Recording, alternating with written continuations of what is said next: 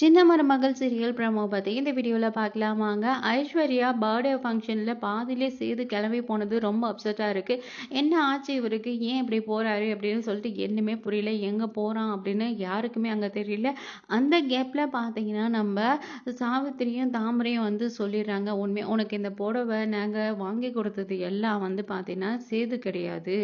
உங்க அத்தை, உங்க பெரியம்மா, உங்க சித்தி வந்து பார்த்தீங்கன்னா ஈஸ்வரி தான் அப்படின்னு சொல்லிட்டு சொல்லிடுறாங்க. இதை கேட்டு பயங்கர ஷாக்கு.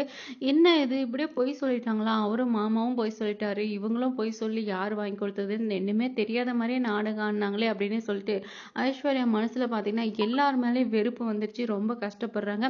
நம்ம ஏன் இந்த வீட்டில் இருக்கணும்? எதுக்காக இருக்கோம்? நம்ம மேலே அன்பு காட்டுறதுக்கு யாரை நம்பி வந்தோமோ அவரே காட்டலையே அப்படின்னு சொல்லிட்டு வருத்தப்படுறாங்க.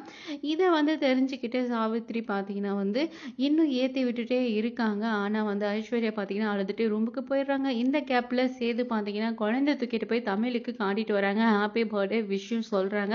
ரொம்பவே சூப்பராக போயிட்டுருக்கு. கூடிய சீக்கிரம் நம்ம தமிழும் சேதுவும் வந்து ஒன்றா சேர்ந்துட்டு நம்ம ஐஸ்வர்யா இவங்க நடுவுலுக்கு நம்ம வரக்கூடாது அப்படின்றத புரிஞ்சுக்கினாங்கன்னா ரொம்ப சூப்பராக இருக்கும். பொறுத்து இருந்து பார்க்கலாம் அடுத்து என்ன சுவாரஸ்யமாக நடக்கிறதுன்றத.